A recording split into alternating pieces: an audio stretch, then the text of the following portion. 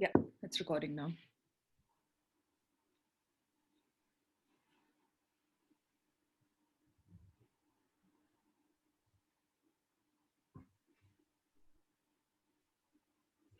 Should we give it just another minute to let people kind of...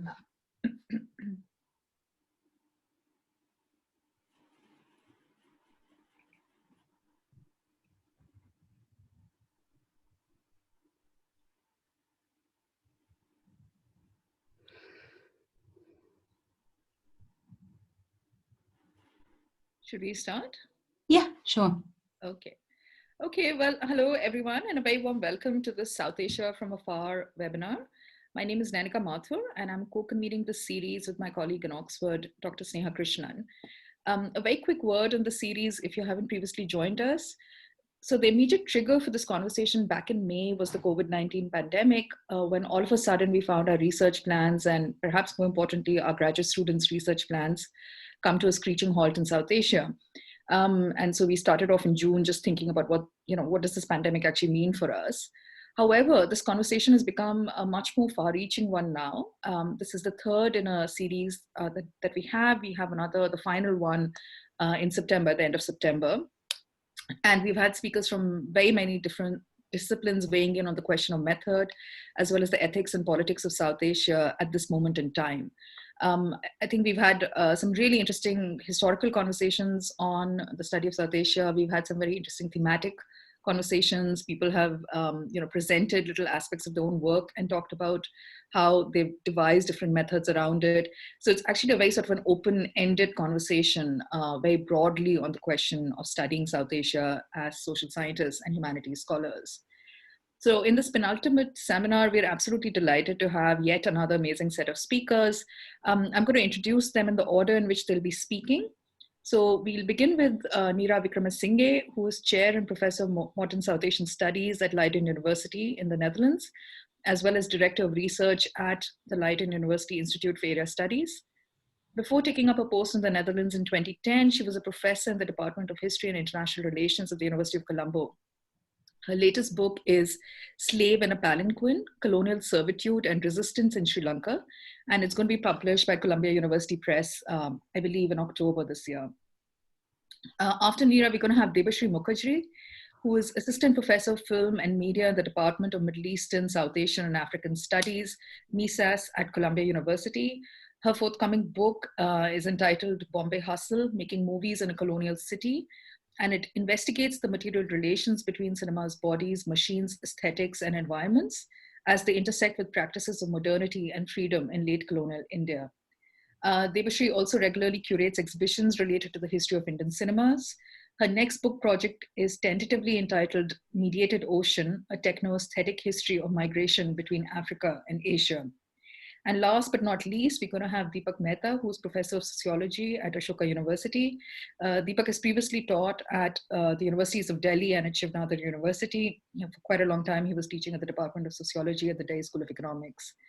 Deepak is the author of work Ritual Biography, a Muslim Community in North India, and co-author of Living with Violence, an Anthropology of Events in Everyday Life.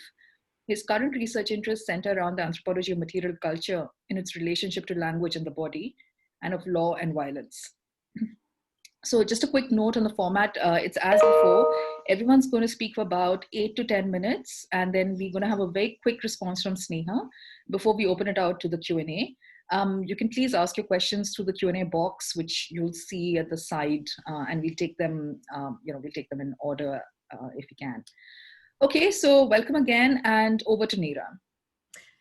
So, well, thank you very much for inviting me, Sneha and Nanika, and also lovely to meet everyone else on the panel and of course the audience. So I'll try to be short and to the point. So we are here to think about how research might be reimagined in the pandemic, in a situation where mobility is hampered, face-to-face contact is limited, and archives are mostly closed, although I hear that some of them are reopening very slowly. And all this with special reference to South Asia, but I think the location is less important. I mean, in my case, I'm working on the Indian Ocean world, but I think the question remained very similar.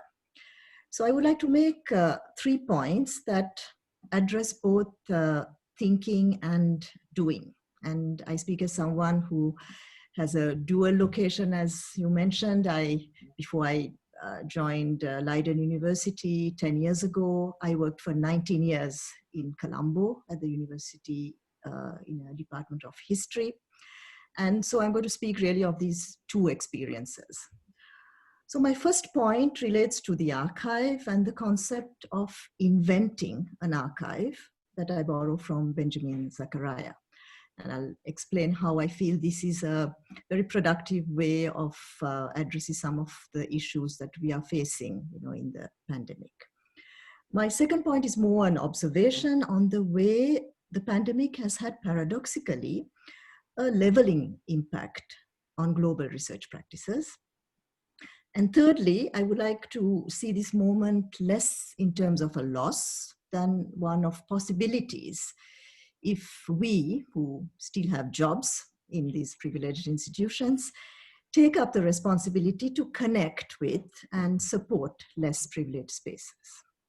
So first of all, the archive. Now, in your previous talks, scholars mentioned that distance allows us to think about the archive and the need to reconfigure what the archive can be beyond this official written archive, an archive that's often seen as a means of stabilizing colonial power, where touch, emotion, etc. are supposedly rarely found.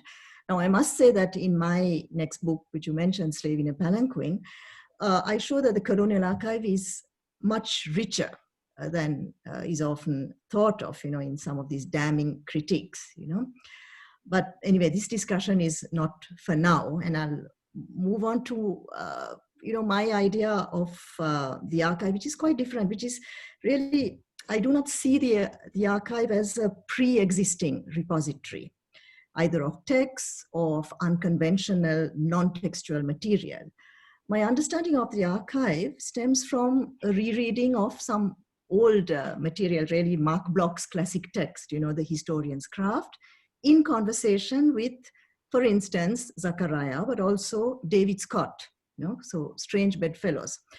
Now, what does Bloch say, and what is interesting in his text, which was written in 1941, so before decolonization, before, people began to question, the idea of the human. He says that epistemologically, the historical question plays a fundamental role. So there are no historical objects per se. It's the historical question that constitutes the historical object. And Zachariah, in a very interesting text, which he calls Travelers in Archives, or the possibilities of a post-archival historiography, speaks of inventing an archive, which in many ways, although probably he doesn't sort of explicitly draw from Bloch, but I think implicitly it's a very similar idea. What he says is that we invent an archive every time we have a question to answer. And then someone reinvents the archive in the service of a new question. So it's really the question that determines the shape of the archive we use. David Scott, in turn, makes the point that different questions posed to the same documents will elicit other answers. And he elaborates the concept of problem spaces, which allows us to fruitfully think of different historical contingencies and different historical conjunctures as constituting different conceptual, ideological problem spaces. And then think of these problem spaces as generators of new propositions and generators of new questions, and new demands. So it's always, the idea of the question that is important in these configurations. So how is all of this helpful, for scholars who are working from home, far away from, their field or place of research? And this could be South Asia, this could be the Indian Ocean world, this could be really an archive in London. The location makes little difference. If an archive, I believe, is constituted through a question, it's possible that we formulate questions that invent an archive that is accessible, not far away. It's entirely in our power to do so. And someone like Marilyn Stratton says we need to go precisely where we've already been, back to the immediate here and now, out of which we've created the knowledge, of the world. So we can ask different questions, think of innovative new practices that unmoor us as subjects and scholars. And it's time to re-explore concepts, materials, through the formulation of new questions that are cut across disciplines and regions. And to give just a very brief example, which relates to my own research. Now, one of the projects that I had planned to do was to connect the histories of gradual abolition of slavery in the Caribbean and the Indian Ocean under British Empire. These crown colonies that had very similar developments in the early 19th century. Now, in a situation where I cannot travel to Sri Lanka, I cannot travel to the National Archives in London yet due to quarantine rules, should I give up completely? And I've decided to take a detour. My plan is to look into traveling ideas and procedures of amelioration of slavery in the Dutch Caribbean rather than the British, and explore, for example, family resemblances. So I'm going to slightly inflect my journey and ask a different question.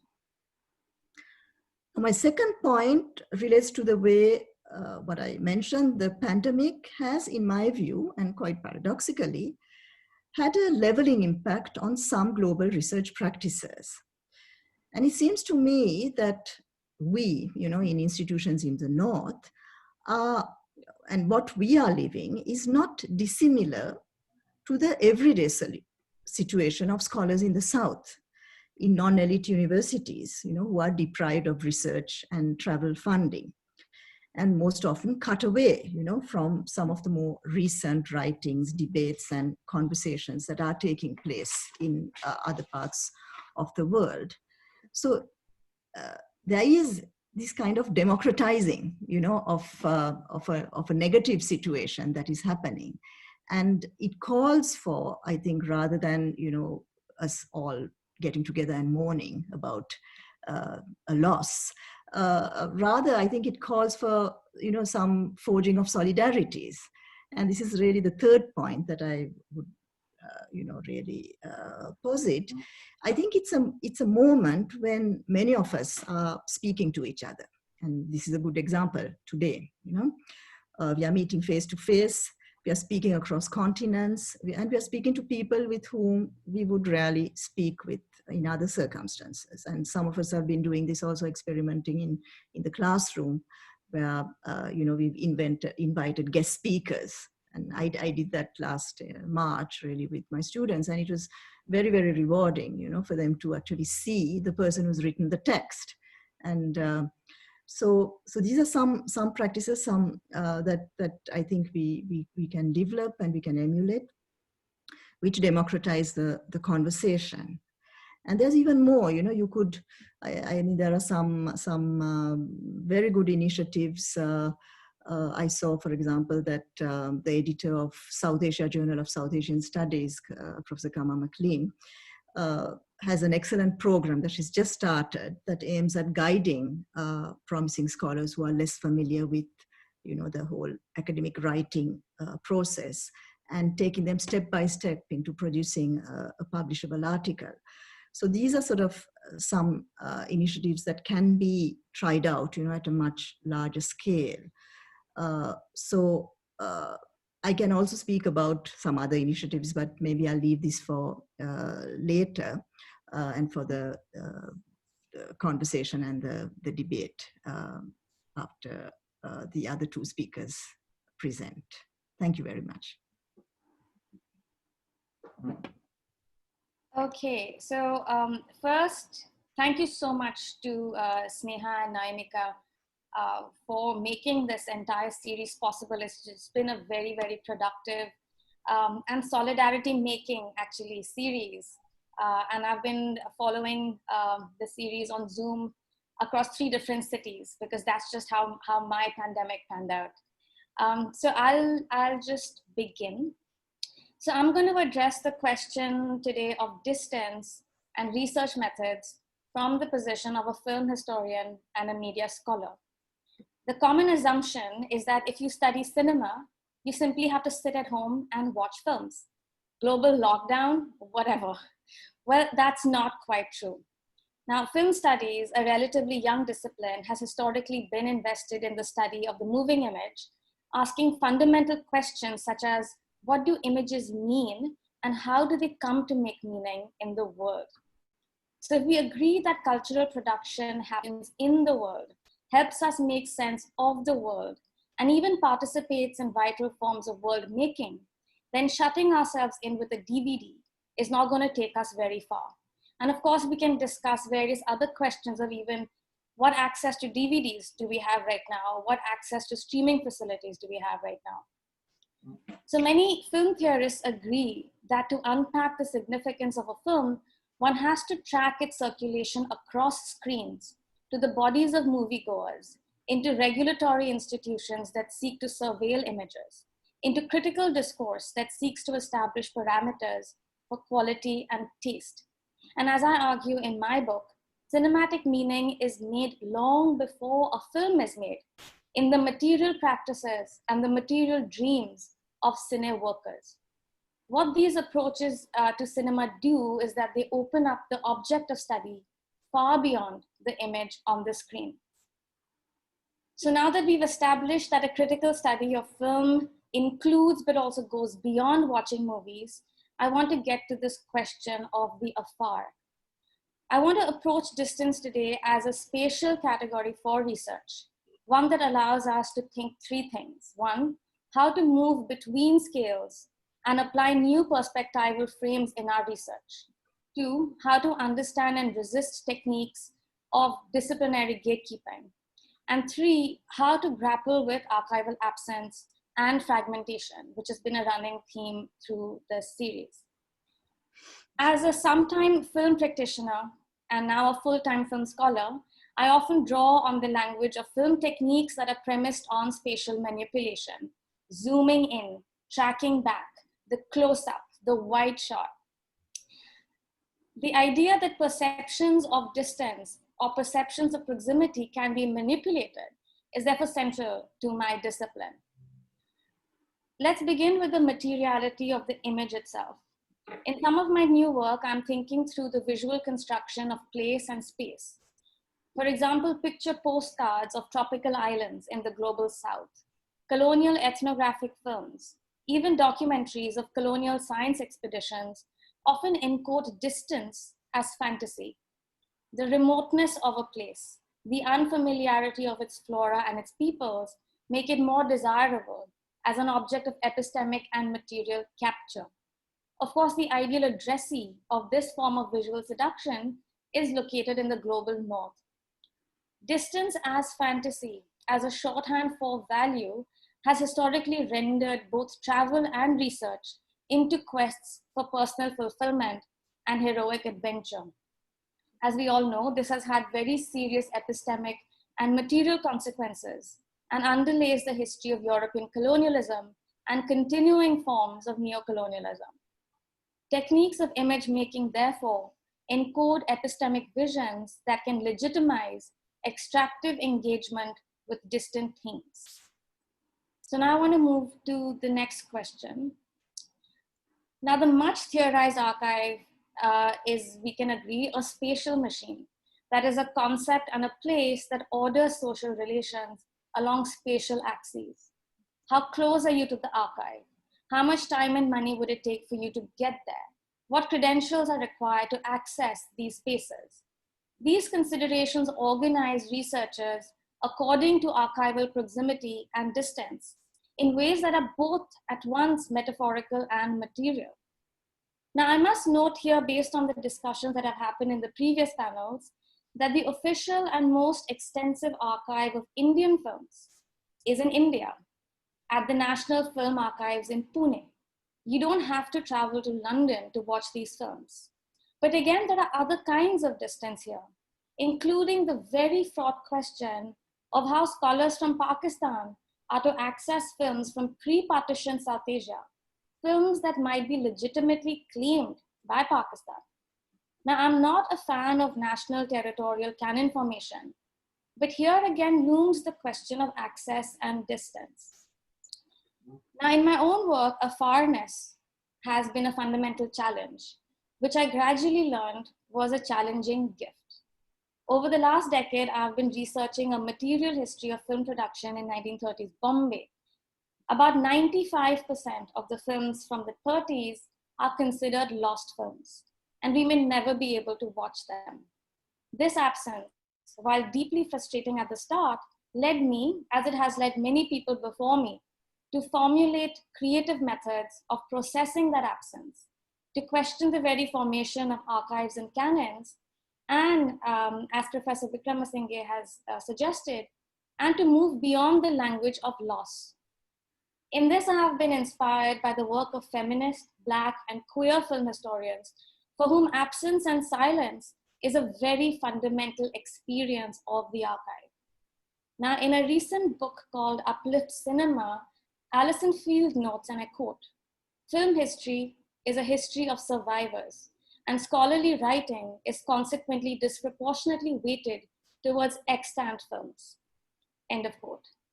Now, once we recognize the politics of archival absence, it becomes incumbent on us not to replicate these archival silences in our own scholarly choices.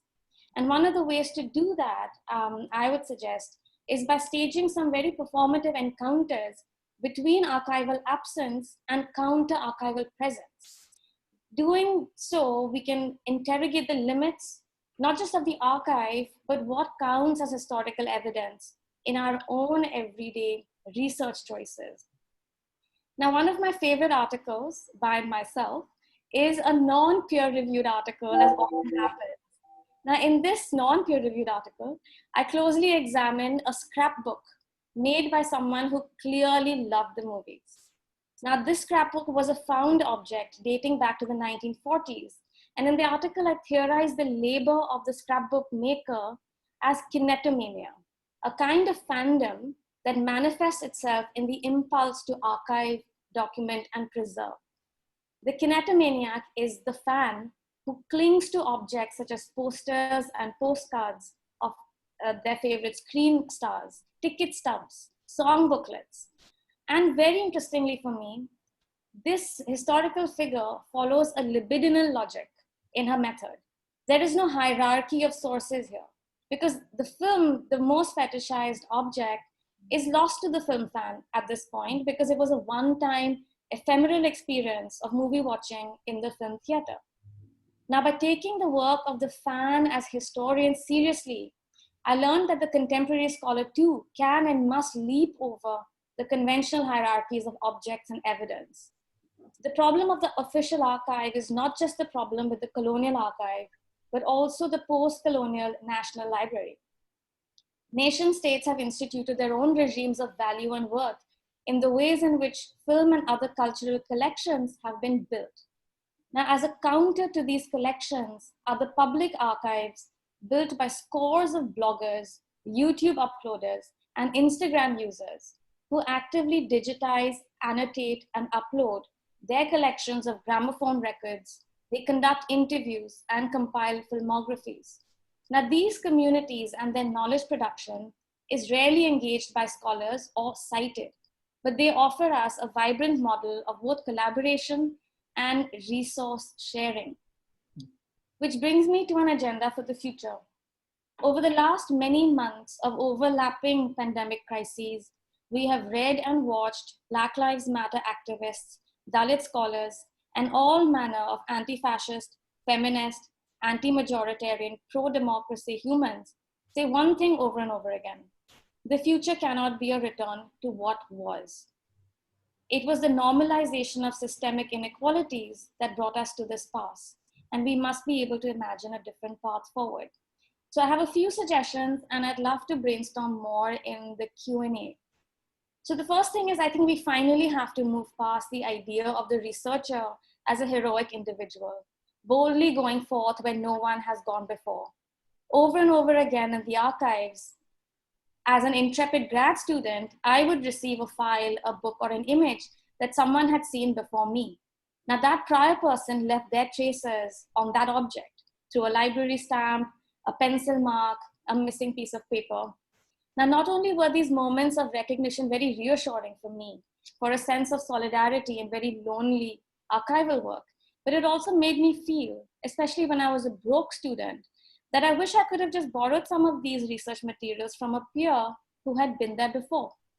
Now, can we imagine creative ways of sharing research materials with each other at a time and pace that we are comfortable with? The onus here would be on scholars with job security. And I'm very aware of the vulnerability of junior scholars and students in South Asia whose work can be poached or plagiarized. So that is not what I'm suggesting. Another problem is the burden of originality in scholarship, which often translates into a quest for original archives. Now, can we make it more acceptable to reorient ourselves to familiar questions? Perhaps, as Neera suggested, ask different questions of sources that are publicly available. The politics of citation adds to the inequities of the academic world, and the pandemic has brought a new urgency to these disparities. As we work from afar, can we come closer in our work and in building communities of knowledge by first citing each other?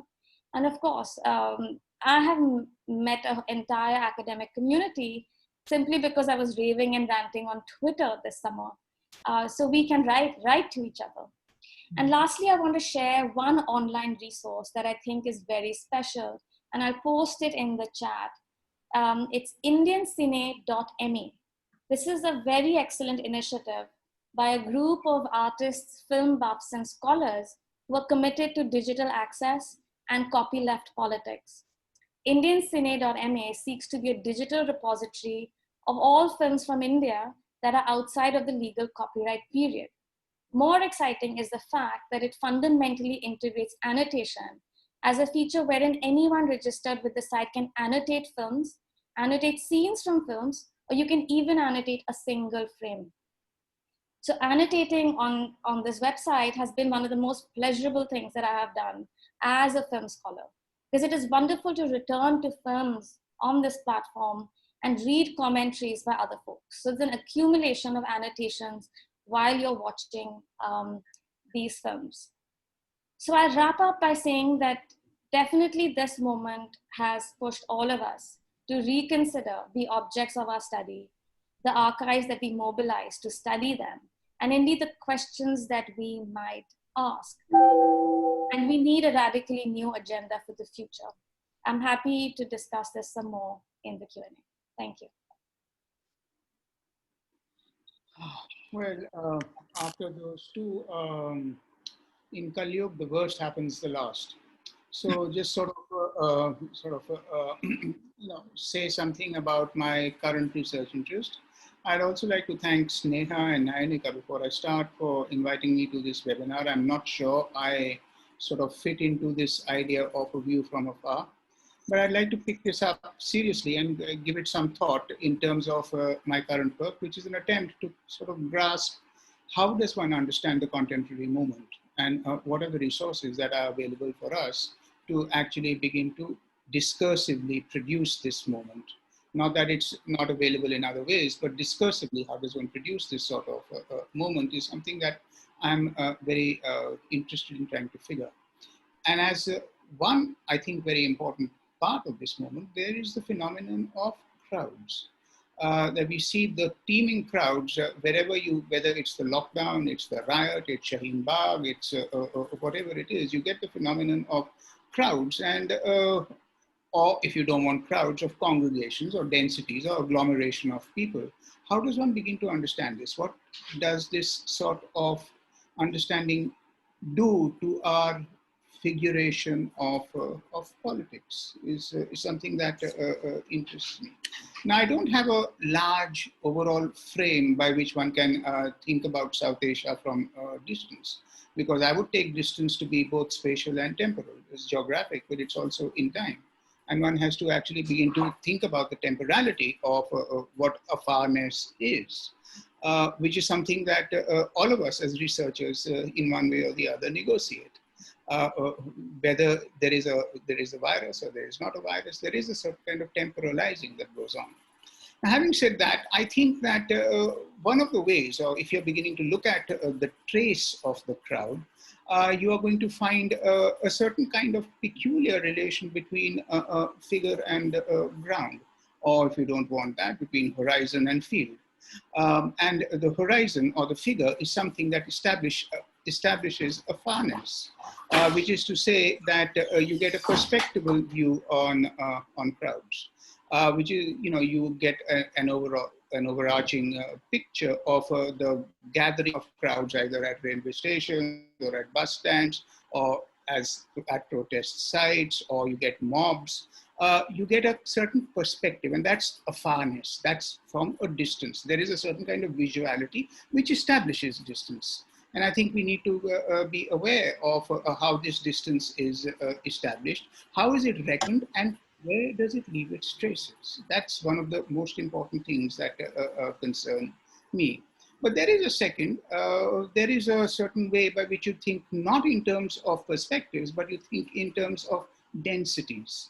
That you are within, you're inside the crowd, or you're part of the movement, you're part of this fluid which sort of moves. And let me say that this fluid is not an unthinking fluid, it's a thinking fluid. And it's a fluid because its boundaries are porous. At some points, the crowd becomes a congregation. At other times, there is a spectatorship quality to the crowd. At another time, parts of the crowd break off and become mobs, and then you get destruction and violence and so on, all those sorts of things. So on the face of it, it seems that this afarness actually inhibits a phenomenological understanding of crowds from within. That seems to be the point. And if that is the case, then how does one begin to recover it? Now, this is again an outsider's view. I think that the crowd is both inside and outside. That's the strangeness. That's the phenomenon of crowds.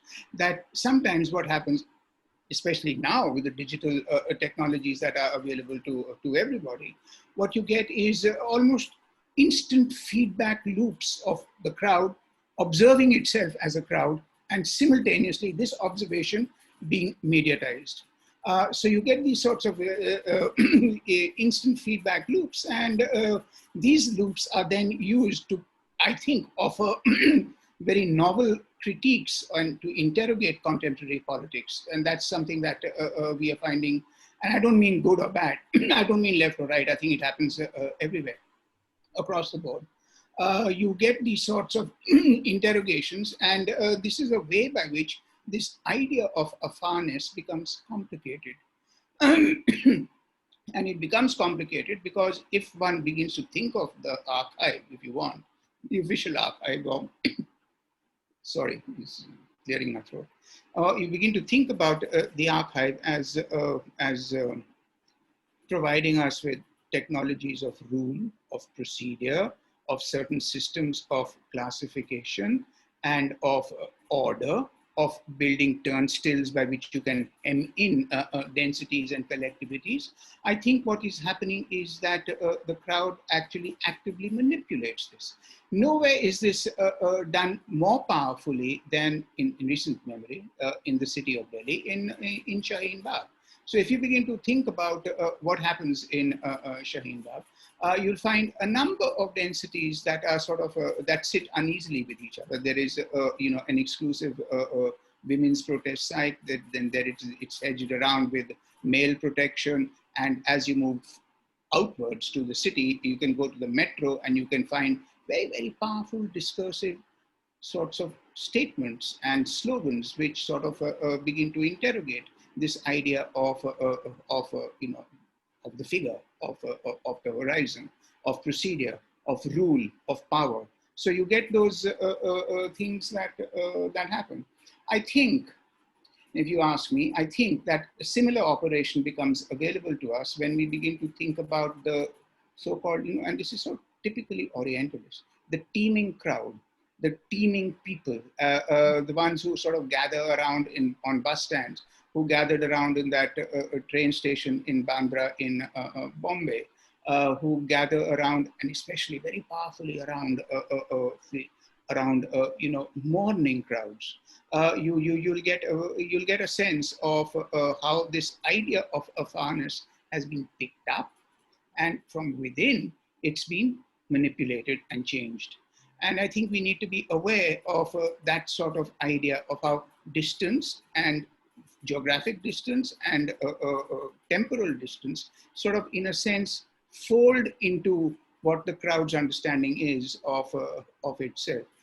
Where does one get this? How does one recover this sort of, if you want, this sort of evidence? Now, one of the prime sites in which this recovery becomes possible is if you begin to look at the institutions of law and governance, where you will get, in terms of, say, just the idea of how does one dispose of the dead during COVID times? What is the force of, burial and cremation? And where are the procedures? How do those procedures come? Now, as it stands, in a strange way, when people die, this becomes a kind of state subject. You'll find that there are so many procedures, almost 5 a day until recently, that were dealing with how do we dispose of dead people. And of course, the prime argument that was made was that you can't sort of bury people because they contaminate the ground with COVID. So they were advocating cremation all across the board. Now you get a reaction to that, and that kind of procedure is picked up by the mourning crowds. And they begin to sort of manipulate that sort of procedure to achieve their own specific sorts of ends. So if you ask me, how does one understand the contemporary moment, given the absence or the near impossibility, 1, of doing field work, 2, of accessing archives, 3, of really talking to people, except on the telephone, which is a pretty poor way of actually doing field work. How does one begin to access all of this? I think there are certain sorts of regulatory institutions where you can at least begin to look for the trace. Where is the trace of this moment? My sense is, and I would imagine, that this trace in the first instance would be found in courts of law. Now, those are accessible. So if you really want to figure out where this moment is going, start with the idea of law. Begin to look at the administrative records, the gazetteers, which they have to produce on a daily basis. Begin to look at the gazetteers. Begin to look at what sorts of operations are being devolved to local bodies, such as police thanas and this peculiar Delhi sort of institution, the Resident Welfare Association, which sort of stands in most instances a couple of yards to the right of Adolf Hitler. Peculiar kinds of formulations. Yeah, I say that because the colony that I belong to, the RWA in the colony that I belong to, has declared war on China. So I feel very patriotic, when this sort of happens. And of course, the war is declared on a Chinese phone. So, but what we are getting in one way or the other is a certain sense of a certain way of actually tracing. And I would urge that if this moment is too far, well, the traces are near and the traces are available. And we must be able to sort of figure where the traces are and how to access them. Let's stop here.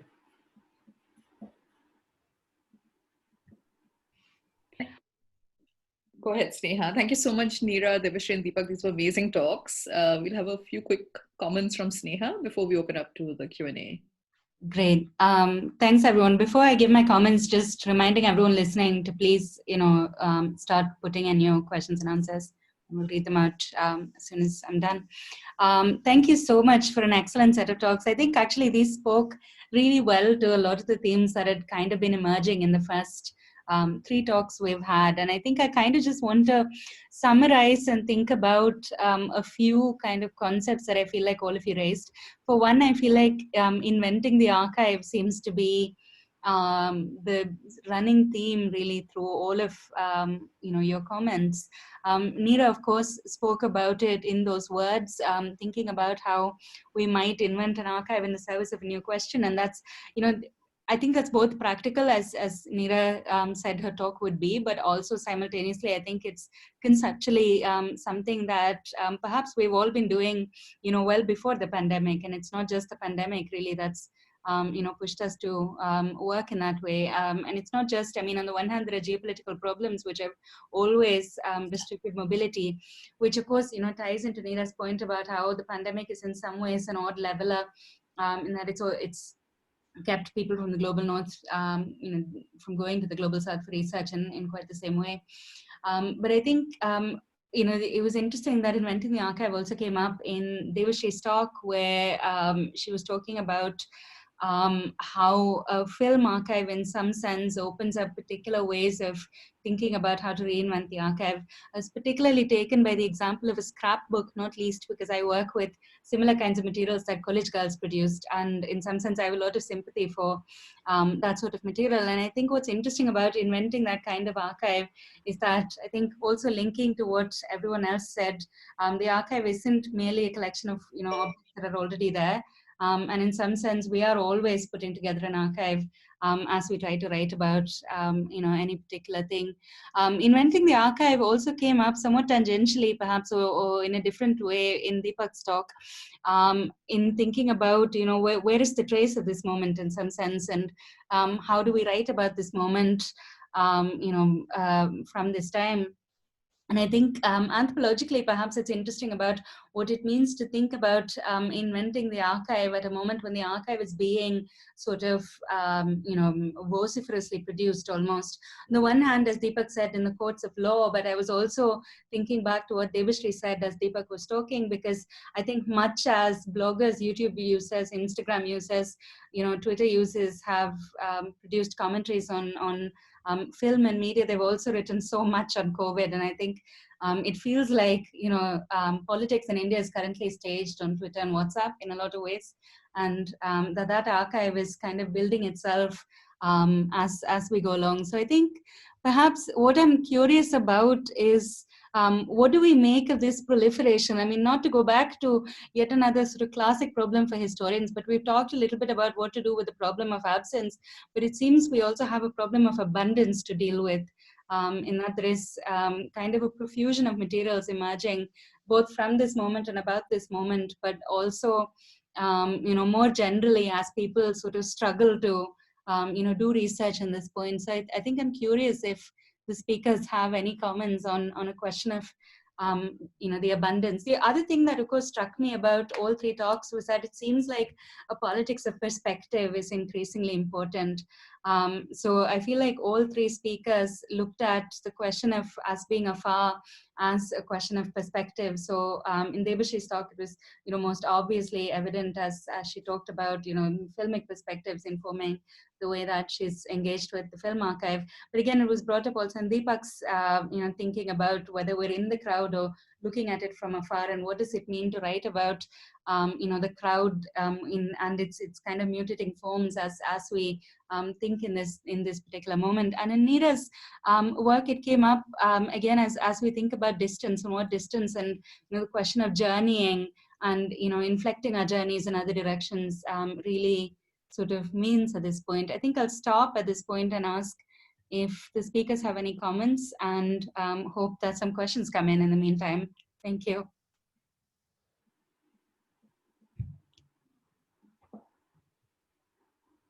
I'm happy to jump in. I think on Sneha's very specific question of what do we make of this proliferation? And I think you're asking that question thinking about digital proliferation on social media.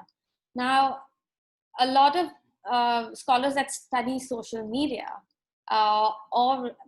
and different kinds of online productions have been grappling with this issue now for 2 decades, which is this question of abundance. where do you archive these online forms? How do you archive them? What kind of computer or a data bank is capable of capturing the world's data that is produced in this way? Even just YouTube has ridiculous amounts of uploads on any single day. I think one of the ways in which I have thought about this is again that it reminds us of the need for collaboration. This is not the work of any one individual to go out and capture all the social media responses on Twitter to COVID-19 as it panned out, for example, in Delhi. This is definitely collaborative work. And again, there are different ethical questions, which have also been very deeply studied in terms of how does one approach digitally available material, even if it's public and online. What are the ethical protocols that one must observe, again, to extract these, right? Or make use of them, and in ways that are not extractive. So I think there's a lot of discussion already available and methodologies that are being developed um, about this kind of abundance that can be very overwhelming. If I could, can I say something? Can I come in? Yeah. I would think that the archive is a mobile field. I don't think that the archive is a static sort of thing, and it's being constantly produced and reproduced and commented on, and people are reflective about that. And of course, there is the abundance that Devoshri is talking about. The question that I have is a more, I mean, it's a more pedestrian one. It's very prosaic. It's reality in X, Y, and Z neighborhoods. And this is all captured on camera, and then it moves onto the screen. The simple question I ask myself is, who's the addressee of all of this? Who's being addressed? Surely there must be a way by which you begin to think about the relation between the addresser or the producer and the addressee. There is a certain kind of, almost in some instances, in some of the videos that one sees, there is almost a certain kind of powerful teleology, where what is being addressed is one or the other institution of the state. That's what is happening. Okay, then one begins to ask, but what is the role of particular legal apparatuses and of procedures that will deal with this form of address? And how does one begin to understand that? If one is able to isolate that, if one is able to isolate, say, violence or cremation or the macabre-esque, police brutality in various parts of Delhi, or this kind of mobile movement of really violent mobs into, say, JNU or Jamia or so on. How does who's being addressed? And you'll find that there are state procedures. Sometimes these state procedures don't deliberately don't accept what is being projected. At other times, they will pick these up and sort of follow that through. I would suggest in the interplay of non-recognition and over-determined recognition, as far as particular crowds are concerned, what we get is a way by which a contemporary politics is being seen.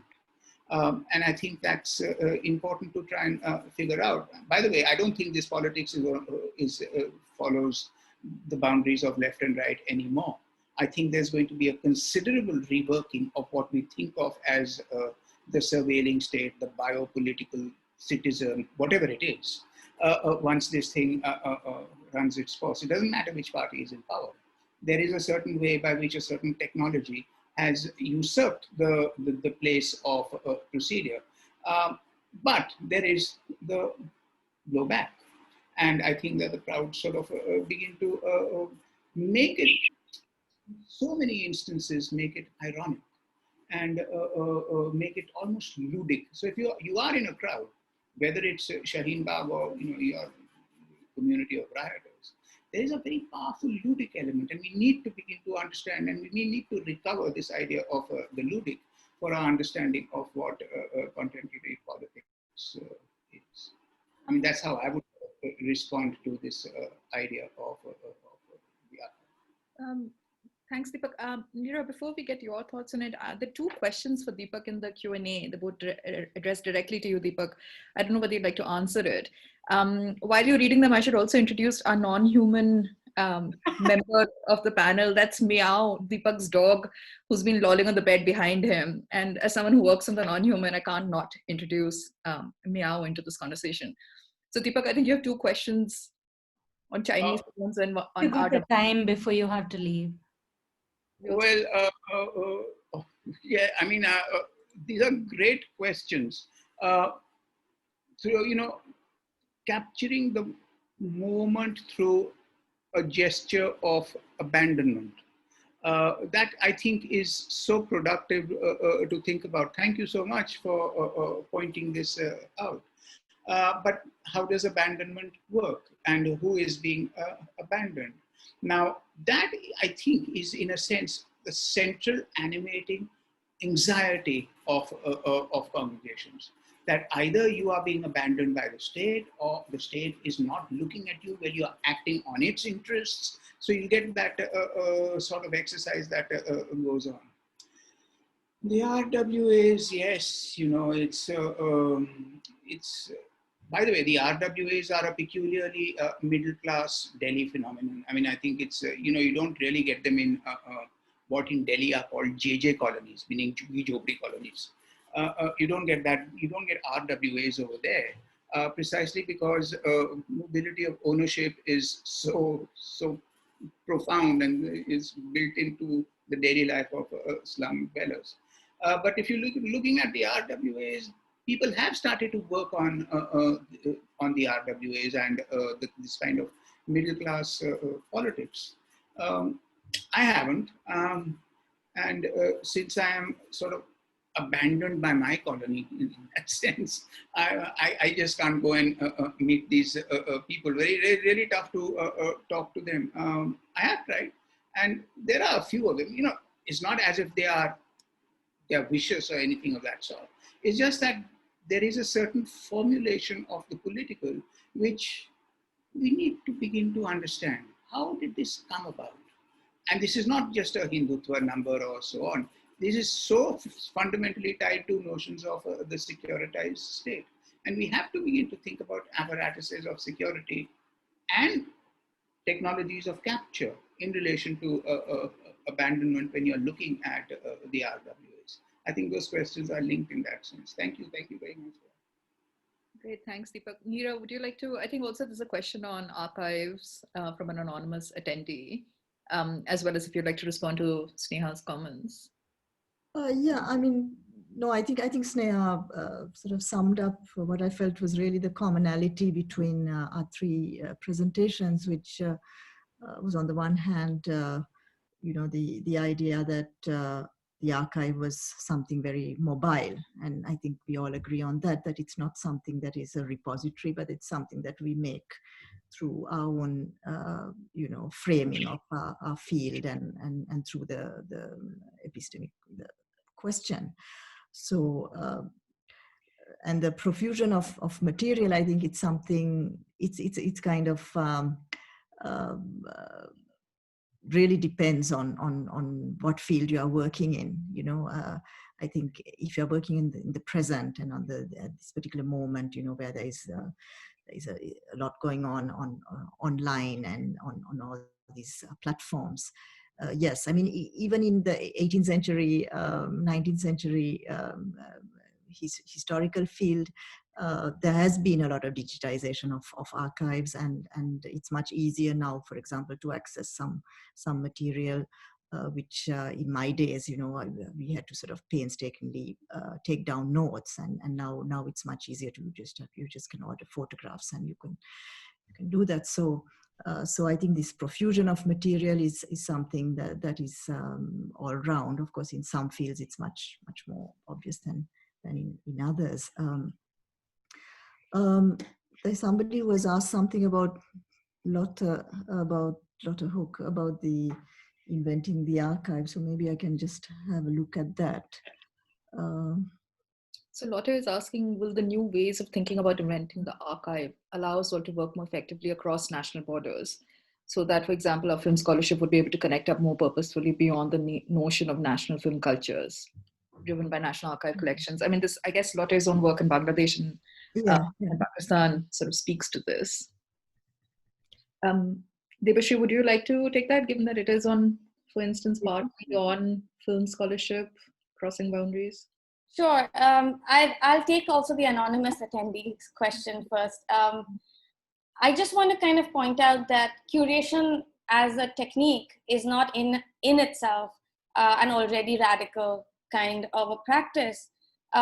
What we consider acts of curation really, I think, makes various kinds of invisible practices visible. So for example, if I think of the scrapbook as an act of curation, which it definitely is, putting various things together in this way to tell a particular kind of a story of one individual's engagement and love affair with cinema, right, is a kind of liminal historiography. So I think definitely it's these kinds of liminal curatorial practices that help us kind of invent counter archives.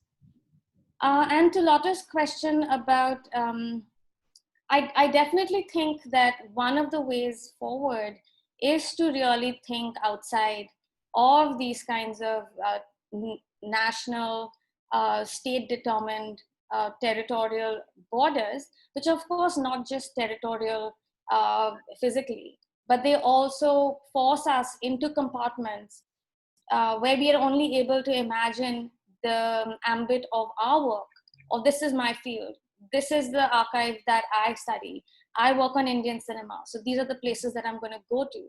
So obviously one of the things we need to do is break out of that. And I would imagine that people like Neera, who are working, for example, on the Indian Ocean, these are ways of also reimagining what are the multiple archives that can be crafted if we ask those questions. What are the ways in which, for example, film is traveling, not just now in the kind of 20th, 21st century era of the South Asian nation state projects, but previously. And also perhaps to think outside of overdetermined frameworks like the colonial, the national, and think of the fluidities, crossovers, and resistances that have always existed across these frames. Debashri, there's another question for you directly from Karthik Nair, where he's inviting you to reflect on the claim about asking new historical questions of the same objects. What could this mean for what we ask of moving images if they are to be our objects and our archives? I think we're seeing this happening at a very accelerated pace in the work of new, younger scholars, and also scholars who are rethinking what are the kinds of questions that they want to ask. I think all historical analysis comes from the position, the present location of the historian. And what are the issues and politics that historian is interested in at a particular moment. So for example, one of the things that I'm very much interested in seeing unfold, which is a very, very major gap in film studies from India, is how does one think caste? And how does one think caste in terms of representation, but also how does one think caste when one does production studies, like I do? And then how does one think caste in terms of production and labor for a previous moment in the past? So I think these questions that are born of some political, immediate contemporary urgencies really, I think, compel us to reapproach objects and archives. And I just want to quickly mention that I was really taken by and appreciated Professor Mehta's discussion of the trace, and specifically mentioning courts of law. One of the most surprising sites I found to find traces of embodied work for a 1930s film history were in legal records. Because some of the exception, because a lot of the legal and police records are archives of exception. Individuals that would not find a trace in any other official place. If one looks for it, for example, credits of films, or autobiographies or other materials. but you find some of them enter into these legal archives of exception when some very exceptionally violent incident takes place with them. So I think for a film historian to then enter into a legal archive or look at police records, these are some of the ways in which I was thinking even disciplinary, methodological mobility, which is very much required. Brilliant. Thank you so much, Devashri. Deepak, did you want to respond to any of this? Or Neera? But there's actually a question that has just popped up. Yes, from Shannon Phillip, a question for you. Yeah, but The pandemic is leveling. yes, I think, yes, I mean, what I meant when I said that I found the paradoxically that the pandemic was leveling, I meant leveling to the bottom. In the sense, institutions in the North now find themselves in the same situation as the most underprivileged institutions in the South. In the sense they are far away from their research fields, they cannot access the material that they would want to, they are no longer in a position to extract. They're no longer in a position to, extract and then use this material for whatever purpose that they are usually used for. So in that sense, it's leveling, because what I hope is that it's going to lead to some kind of, feeling of solidarity rather than a feeling of, loss, which I mentioned, and that it's going to lead to perhaps understanding what other, institutions that are ranked much lower than Oxford or Cambridge or whatever, privileged institution we are dialoguing with, are experiencing. So in that sense, it's leveling. It's not, of course, leveling in every manner, as the Shannon mentions. Of course, it is accentuating many structural inequalities. But I think in some ways, it's sort of recreating, the situation of being in a curfew. That many institutions and many scholars in the South have been living for. It's part of their everyday life, not having access to books, not having access to the internet, living it with power cuts, with electricity failures. Zoom doesn't work, so then everybody gets into into a frenzy. Well, this is not something new for many institutions in the South. So in that sense, I think it's leveling, and whether it's going to lead to something, in terms of collaborations, in terms of solidarities, in terms of, generosity, I don't know. I hope so. I think that's a sort of a good point, on this hopeful point to sort of end. Devashri, Deepak, did you want to add anything? Deepak, you're muted, so we can't hear you. No, not at all. I mean, I just to say that I agree entirely with what Devashri is saying, and that if we are going to begin to look at the trace in one way or the other, we must sort of cull out what sorts of technologies are available that produce this trace. So whether it's the digital media, or it is the institutions of law, or it is WhatsApp messages. Very important, I think, in beginning to think about the category of rumor, and things like that, I think allow us to actually begin to think of the trace. Maybe the trace is a supplement, but I think that in one way or the other, it orients the text. If there is a text, it orients certain sorts of procedures by which authority is exercised. So I would think of the trace in those ways as something that is braided into the text. It's not only on the margins, but it's something that's inside the text. And one must, there is this wonderful book, Picturing Silences. This is the archive of the photographic archive of those who were, assassinated, executed under the Pol Pot regime. Or then there is a paper cadavers, Christian Welt's work on paper cadavers, which begins to think about, you get these records and then you actually produce a kind of a trace, and you animate these records where you sort of inject them with a certain kind of idea of the subject. And that seems to me worth going down. And this is where we are, I think. It's not easy, but it's a doable kind of exercise. That's all. Brilliant.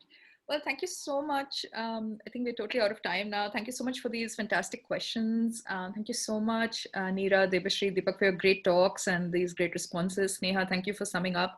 And special thanks to Meow the dog for his guest appearance at the back. Thank you all so much for this. And we'll be advertising the final seminar in September very soon. Thanks for being here today. It was a fabulous discussion. Bye-bye. Bye.